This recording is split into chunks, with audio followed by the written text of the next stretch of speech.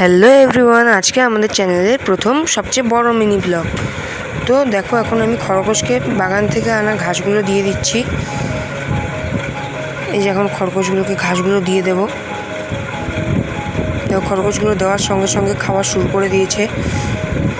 তো এখন আমি আমার ওই খরগোশটাকেও দিয়ে দেবো। এখন ওই খরগোশটাকেও দিয়ে দিচ্ছি। এটাকে একটু কম দিলেই হয়, এটার জায়গাটা কম, তো তার জন্য কম দিব।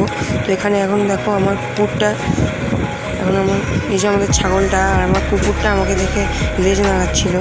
আমরা গরুগুলোকে দেখিয়ে দিলাম। তো এখন একটি বোতল নিয়ে নিচ্ছি, আর আমাদের গরুকে মশা স্প্রে করার যে স্প্রেটা আছে সেটা মেশিনটিকে নিয়ে জল ভরে খরগোশগুলোর উপরে স্প্রে করে দেবো। কারণ কি খুব গরম পড়েছে আজ, স্প্রে করাতে খরগোশগুলো খুব আরাম পাচ্ছে।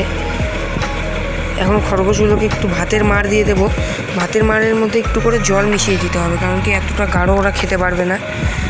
তারপর একটু ভুট্টোর ইয়েগুলোকে রোদ্রের দিকে টেনে দিই। দেখো কত কিছু রোদ্রে দিয়েছি আমরা। এখন সবগুলো খরগোশকেই মাড় দিয়ে দেব। দেখো মাড় খাচ্ছে খরগোশগুলো দেওয়ার সঙ্গে সঙ্গেই, খুব রোদ। তো দেখো এখানে আমার বড় অ্যাকুরিয়ামের মাছগুলো, আর এটা আমাদের গাছের বাগান, এটা আমাদের বাড়ির উঠানের বাগান। তো এটা ওই গাছটা, যেই গাছটা আমি কিনে এনেছিলাম ছোট থাকতে। এখানে দেখো কিছু মানি প্ল্যান্ট গাছ আছে।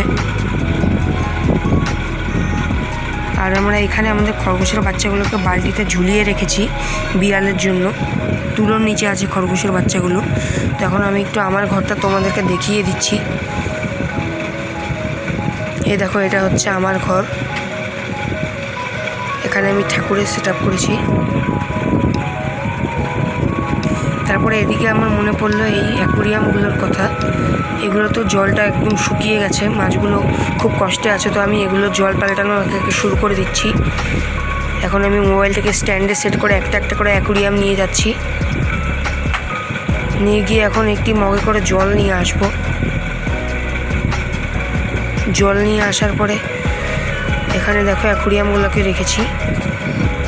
এখান থেকে এখন মাছগুলোকে বের করে নেব। তো আমি এখানে নেটের ইউজ করতেছি। তো দেখো একটা মাছ বের হয়ে গেছে। বের করার পরে এগুলোকে এখন আমি ধোয়ার জন্য নিয়ে এসেছি এখানে। তো জল দিয়ে ধোয়ার পরে এখন আমি জল ভরে নিচ্ছি দুটোতেই। জল ভরে নেওয়ার পর আমি এখন যেখানে ছিল আগে ওখানে নিয়ে গেলাম, নিয়ে গিয়ে দুটোকেই সেট করে দিয়েছি। এখন একটা কাঠির মাধ্যমে আমি পাথরগুলোকে ছড়িয়ে দেবো, এক জায়গায় চলে এসেছে। তো দেখো ছড়ানো হয়ে গেছে। এখন একটু আমি এগুলোর মধ্যে ওষুধ দিয়ে দেবো। ওষুধ দেওয়ার পরে আমি এগুলোকে আবার একটি কাঠি দিয়ে ঘেঁটে দেবো। ঘেঁটে দেওয়ার পরে আমি এগুলো জলটাকে কিছুক্ষণ এইভাবেই রেখে দেবো। জলটাকে কিছুক্ষণ রেখে দেওয়ার পরে এখানে আমি এখন মাছগুলোকে ছেড়ে দেবো। এই দেখো মাছগুলোকে ছেড়ে দিচ্ছি। প্রথমেই বেটা ফিশটাকেই ছাড়লাম, কারণ কি বেটা ফিশটার অবস্থা খুব খারাপ হয়ে গিয়েছিল। এখন মলি ফিশটাকে ছাড়ছি। এই মলি ফিশটার জন্য আমরা আরেকটা পেয়ার নিয়ে চলে আসব। তো এই দেখো মাছগুলো এক কোনায় গিয়ে এখন বসে আছে। মাছগুলোকে কিছুক্ষণ এখন এভাবেই রাখতে দিলাম, আর বেটা ফিশের আয়নাটিকে পরিষ্কার করে আবার লাগিয়ে দিলাম ওখানে।